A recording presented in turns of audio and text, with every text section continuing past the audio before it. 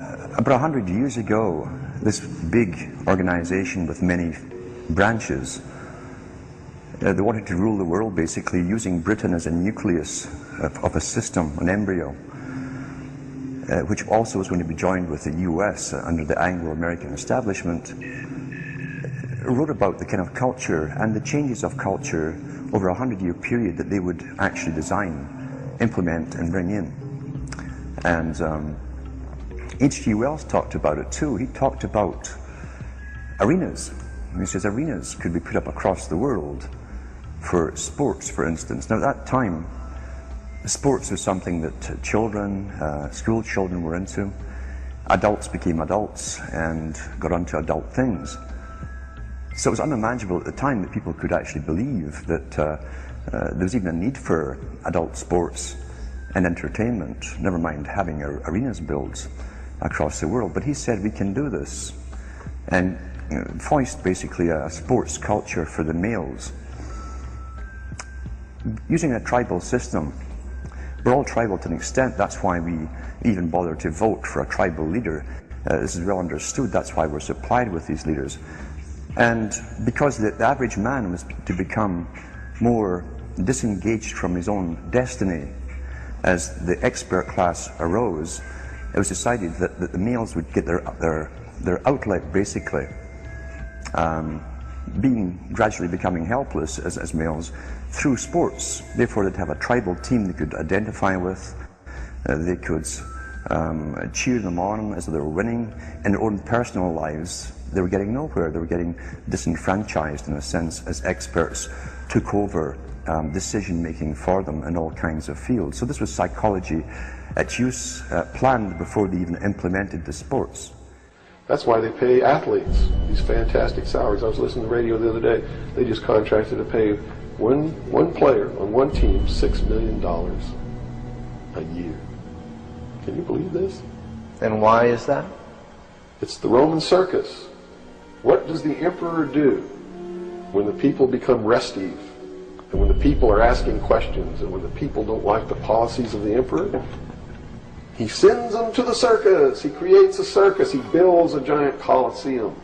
And he begins to throw the Christians to the lions. And he has great chariot races and football games and basketball games, all to keep the idiots preoccupied with things that don't mean anything in the scheme of the entire world,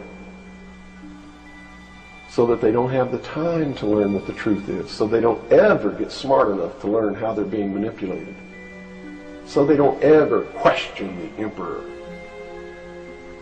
That's why they pay a player on a football team or a baseball team $1 million or $2 million or $3 million a year. It is the Roman circus.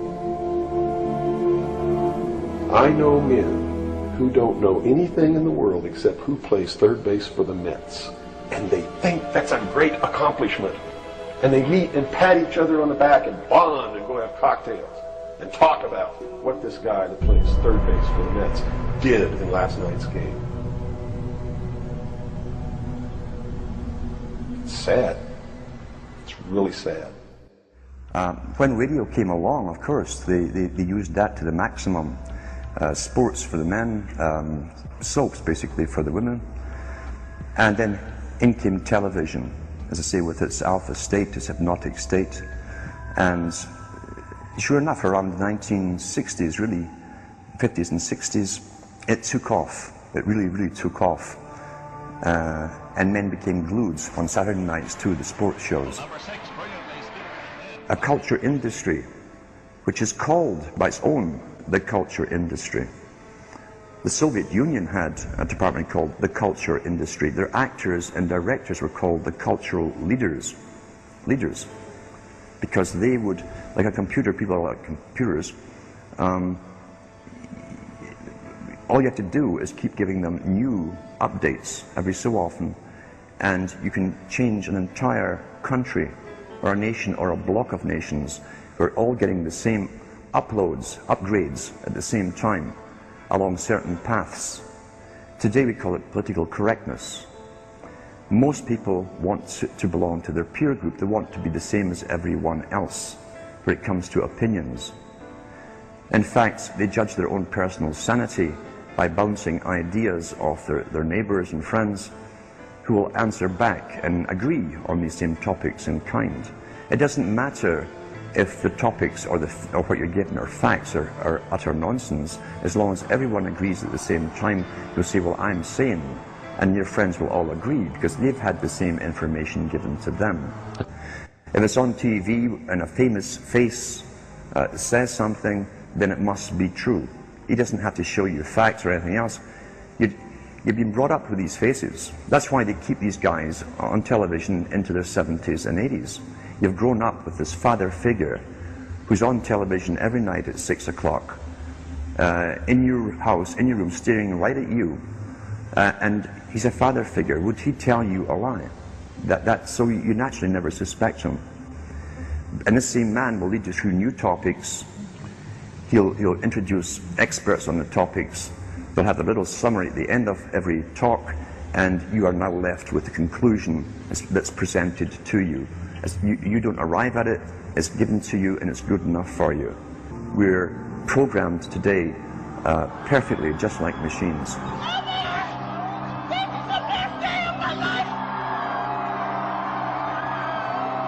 We tie this in with the Brzezinski. Brzezinski said in 2 Ages. Now this guy was way up with the NSA. He's a master geopolitician. He admits he works in 20, 50-year periods to do with geopolitics in other countries. But he said himself, the public will shortly be unable to think or reason for themselves. He was meaning by the form of information that was given to them, the type, the formulas that were in use then in the 1970s. He says, eventually they'll be unable to think or reason for themselves. And eventually, he said, they will expect the media to do all their thinking and reasoning for them. Well, that's happened today. That's why people today can't think outside of the programming from television. This is a scientific dictatorship which Bertrand Russell said, and the Huxleys said, both Aldous and Julian Huxley said they would bring in the scientifically controlled society. Is there any room in a kind of society where these manipulations are not taking place for this type of entertainment or any type of entertainment at all?